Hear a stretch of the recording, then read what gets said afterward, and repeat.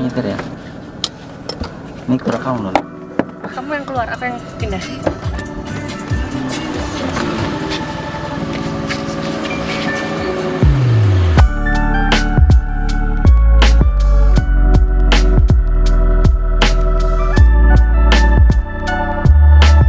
Halo, gua Gani, kembali lagi di channel gua Gan FM bersama Harta Tahta Sela Soraya. Sela Soraya. Nah, kali ini kita mau bikin video tentang kuliah kedokteran gigi ya, Le. Masih mau nyetir nggak? Mau tukeran nggak? Nanti depan. Habis lampu merah kita tukeran. Habis itu dia megang kamera, oke? Iya. Jadi balik lagi sama kita berdua. Mau ngomongin tentang kedokteran gigi, kuliahnya dan juga koasnya.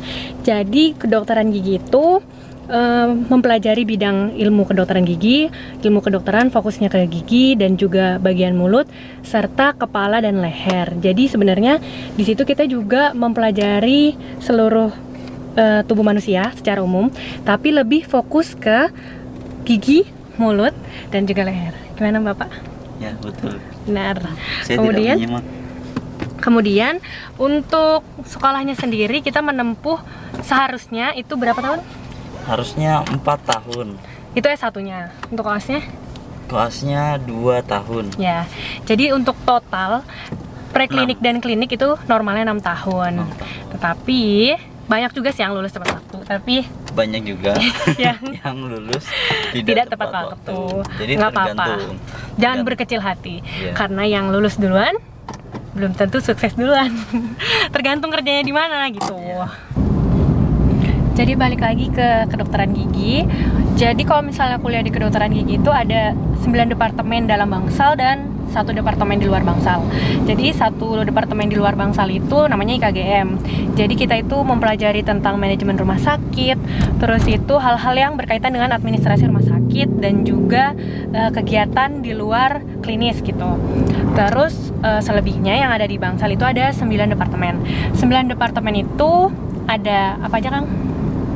Ada osne, Osne itu oral surgery, obden, ada obden itu biasanya untuk tumpat-tumpat gigi gitu, tambal-tambal gigi. Kemudian endo itu kayak misalnya endo itu memperbaiki saraf gigi yang sudah mati dan bidangnya itu banyak sebenarnya. Kemudian terus periodonsi itu untuk scaling, itu bidang untuk kesehatan jaringan lunak atau kesehatan gusinya.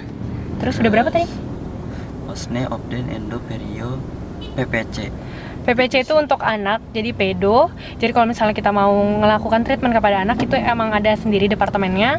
Audisi.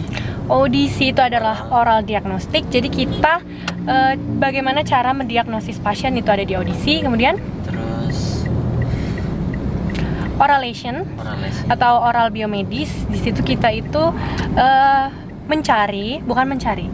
berusaha mendeteksi atau mengetahui suatu luka, lesi di dalam mulut. Sariawan. Yang kayak contohnya sariawan itu potensi untuk terjadinya keganasan atau enggak, gitu-gitu lah pokoknya. Terus apalagi? kurang 2 nih.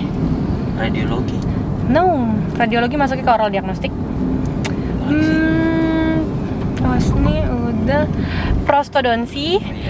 Prostodonsi itu untuk gigi palsu biasanya. Kemudian yang terakhir itu ada orto. Orto itu kayak yang aku pakai sekarang itu behel. Dan untuk behel jangan pakai di tukang gigi. Jadi harus sesuaikan dengan kompetensi masing-masing. Karena kalau tukang gigi itu cuma di dalam peraturannya tukang gigi itu cuma boleh membuat gigi palsu yang berbahan akrilik aja. Bukan orto tuh bukan veneer, terus cabut gigi juga kan ya? Ya, boleh. Terus apa lagi ya? Pokoknya lingkupnya tuh kecil, cuman sebenarnya udah ada peraturannya, cuman kadang sering disalahgunakan sama oknum-oknum tertentu ya. Jalan. Jadi setelah dengar beberapa penjelasan yang kita jelasin tadi, mungkin dari kalian ada yang pengen masuk ke kedokteran gigi. Cuman sarannya sebelum kalian masuk ke kedokteran gigi itu kalian bisa cari riset dulu tentang kedokteran gigi itu gimana sih. terus itu waktu tempuhnya berapa lama secara detail, nggak cuman superficial aja gitu. Terus itu karena kedokteran gigi itu ilmu yang harus dilakukan secara enjoy, karena kalau misalnya nggak enjoy itu beban banget. Ya benar.